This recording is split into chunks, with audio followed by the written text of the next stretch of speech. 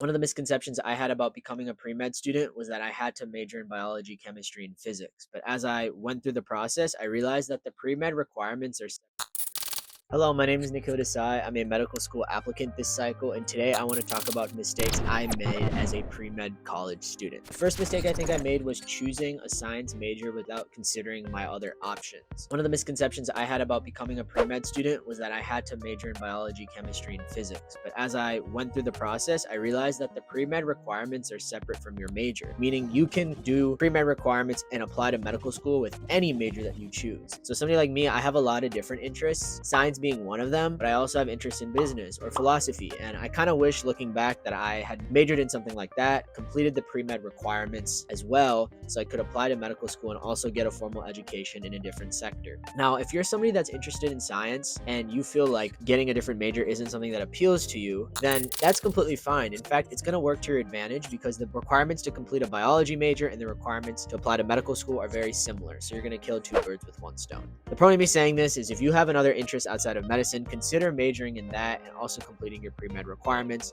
so you can do both. Another mistake that I felt I made was not taking care of myself and putting enough priority on that. During my first 2 years of college, I was definitely really stressed and overwhelmed with schoolwork, extracurriculars, and just the expectations of setting yourself up for success for medical school applications. And because of that, I decided to ignore a lot of the personal and well-being issues I needed to be addressing. Like everybody else, this eventually caught up with me. And I think reflecting back on that experience, I realized it's a cycle. You get overwhelmed and stressed about school, which leads you to feel like you don't have enough time, which means you stop taking care of yourself, which makes you even more overwhelmed and stressed. And this just keeps getting worse and worse and worse. So even though a lot of you may not feel you have time to pursue self-development in college, I highly encourage you to set aside a period of every day to take care of yourself physically or mentally or both. Because whether you realize it or not, taking time for yourself is actually going to make you more productive and able to do more work. You can take care of yourself and be successful in school. It might take some time to figure that out. It definitely did for me, but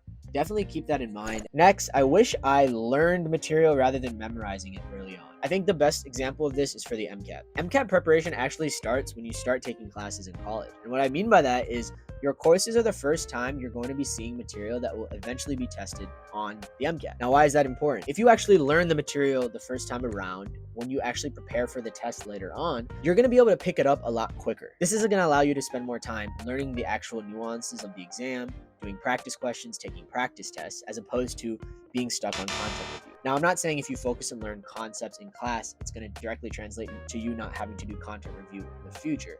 It's just going to make it easier for you to focus on other things. Also, if you feel comfortable with more subjects because you paid attention in those classes, you can have more time to focus on some of your weaknesses, maybe cars or another subject you might struggle with. For me, when I reflect on my MCAT experience, I realized that the sections I struggled with directly correlated to classes that I did not pay as much attention in. So if you want to get ahead and make things easier for yourself, I definitely recommend learning material earlier on. And last, it's important to remember that even if you're a pre-med student, you're still in college. What that means is it's extremely important to invest time into developing relationships and enjoying your life. I think my first 2 years of college, I was too focused on school and I didn't spend time to get to know the people around me. And when I reflect on my college experience, I don't think about the grades I got or the tests I took or the courses I completed.